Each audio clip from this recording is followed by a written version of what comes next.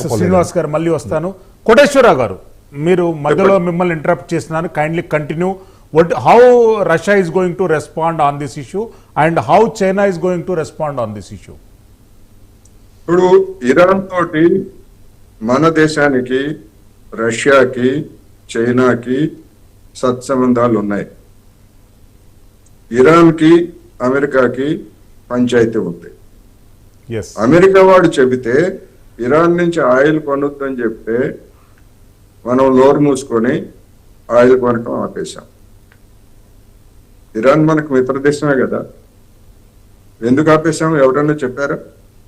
ఈ దేశానికి 145 కోట్ల మందికి మేము ప్రతినిధులు, మమ్మల్ని గెలిపిస్తున్నారని చెప్పేవాళ్ళు ఎవరైనా ఇరాన్ నుంచి ఎందుకు కొనుగోళ్లు సడన్ గా ఆపేశారో చెప్పారా? చెప్పలేదు. వెనిజులా నుంచి మనం కొనుగోలు చేశాం. వెనిజులా నుంచి కొనుగోలు చేస్తే మీ చెమడాలు ఒలుస్తానని చెప్పేసి ట్రంప్ చెప్పగానే ఆ వెనిజులా నుంచి కూడా మనం కొనుగోళ్లు ఆపేశాం. వెనిజులా అనేటువంటిది ఒక సార్వభౌమ సత్తా దేశం. అది ఆ దేశ అధ్యక్షుడిని కిడ్నాప్ చేస్తే అయ్యో పాపం అని కూడా అనలేదు, ఖండించలేదు. మనం ప్రపంచానికి, ప్రజాస్వామ్యానికి మనది మాతృమూర్తి అని చెప్పేసి మన దగ్గర కబుర్లు చెప్తారు వీళ్ళు.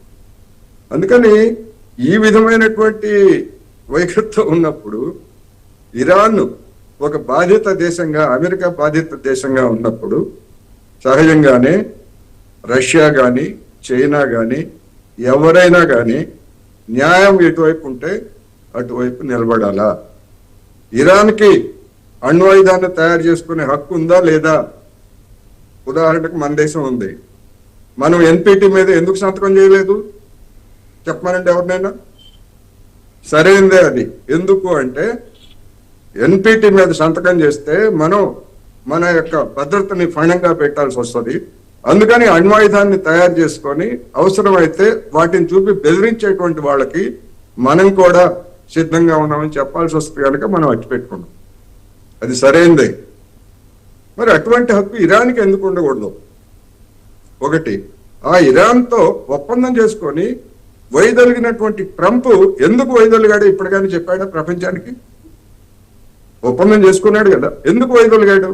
ఇప్పుడు మళ్ళా అదే పేరుతోటి దుర్మార్గానికి పూనుకుంటే ప్రపంచంలో అన్యాయాన్ని ఖండించకపోతే అది సమర్థించినట్టే.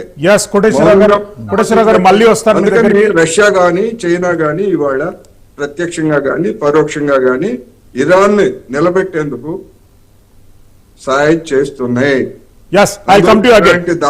ప్రశాంత్ గారు, ఏ విధమైనటువంటి సిగ్గుపడాల్సినటువంటిది కూడా లేదు. ప్రశాంత్ గారు, ఏదైనా ఉంటే వేరే దేశాలు సిగ్గుపడాలి తప్ప అందులో చైనా, రష్యా లేదా ఎవరైనా కావచ్చు, ఇరాన్ సమర్థించేటువంటి వాళ్ళు సిగ్గుపడాల్సినటువంటి అవసరం లేదని. ప్రశాంత్ గారు, ఇరాన్ రూపొందించినటువంటి మిజైల్ ప్రోగ్రామ్ కానివ్వండి, న్యూక్లియర్ ప్రోగ్రామ్ కానివ్వండి, టోటల్ గా టార్గెట్ ఇజ్రాయెల్ అండ్ అమెరికా. ప్రస్తుతం ఇజ్రాయెల్లో ఎలాంటి భయానకమైనటువంటి పరిస్థితులు నెలకొన్నాయి? ఏంటి ప్రజల పరిస్థితులు ఎట్లా ఉన్నాయి? అంటే మీరు మార్నింగ్ ఇక్కడ 8 o'clock స్టార్ట్ అయిందండి.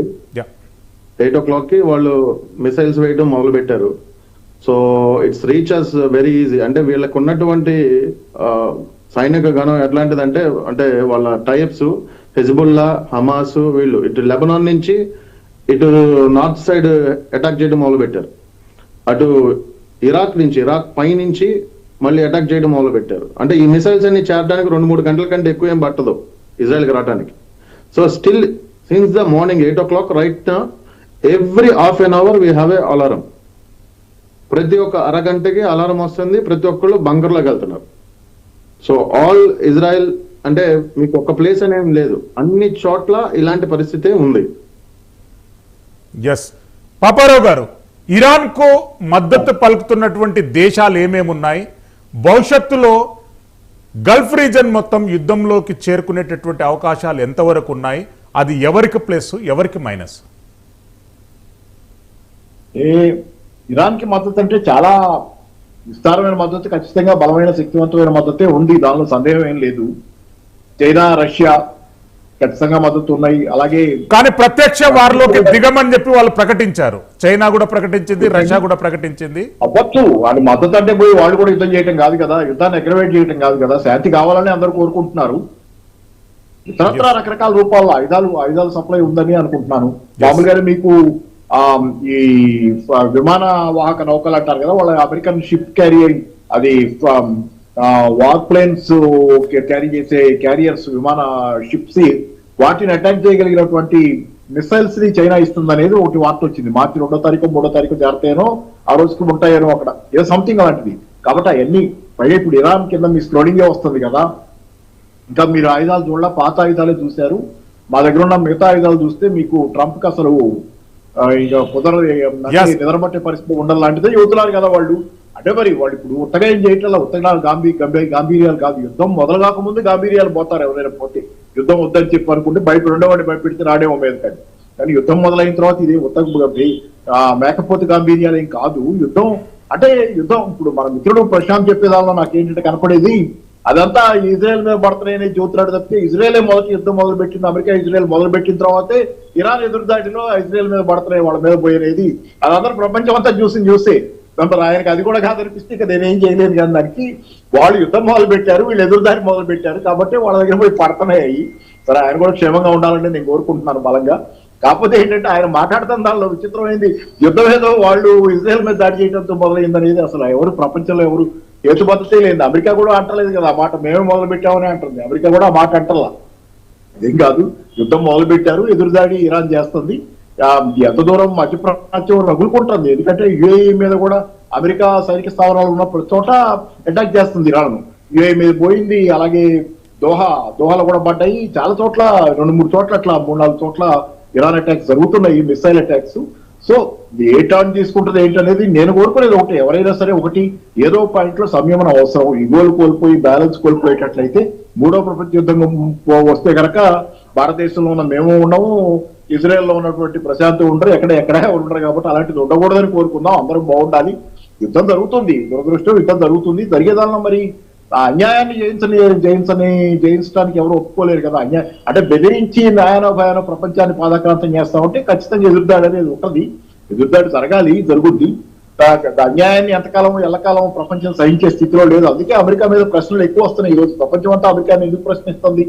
సంవత్సరాల తరబడి, దశాబ్దాల తరబడి, ఒక శతాబ్ద కాలం దాకా సుమారుగా ప్రపంచంలో అమెరికా సాగించిన దాష్టీకం ఎన్ని దేశాల్లో ఎంత ప్రధానం, ఎంతమంది నాయకుల్ని హత్యలు చేసింది, ఎన్ని ప్రభుత్వాలను కూల్చేసింది, ఎన్ని దారుణాలు అమెరికా చేసిన దారుణాలు లిస్టు చదివితే ఇప్పుడు ఈ ప్రోగ్రామ్ కాదు కదా, రాత్రంతా మనం చెప్పుకున్న అవదని అన్ని దారుణాలు చేసిన దేశం అమెరికా. ఈ రోజు దాని పరాకాష్ఠ చేరుకుంది, దాని పతనం మొదలైంది సామ్రాజ్యం. నేను కోరుకునేది ఒకటి, మంచి మానవీయమైనటువంటి ప్రపంచం రావాలి. దానిలో అమెరికా ప్రజలు, ఇజ్రాయెల్ ప్రజలు కూడా సుఖంగా బతికే కాలం రావాలి తప్పితే ఇలా ఒకళ్ళ మీద ఒకళ్ళు పెత్తనం చేసుకునే కాలం పోవాలని కోరుకుంటున్నాం. దానిలో అమెరికా ప్రజలు కూడా సుఖంగా బతకాల్సిందే. కానీ అమెరికా పాలకవర్గం ఎవరైతే ట్రంప్ లాంటి వాళ్ళు ఉన్నారో వాళ్ళ దుర్మార్గాన్ని మాత్రం ప్రపంచం సహించే స్థితి పోయింది. కాబట్టి యుద్ధం జరుగుతుంది. అయితే యుద్ధం అణుయుద్ధంగా మారకూడదని ప్రపంచం మళ్ళీ ఒక మహోదయం, మానవాళికి మహోదయం, పుస్తకం కూడా ఉంది, మానవాళికి మహోదయం, అంతం కాదు ఇది ఆరంభం అని.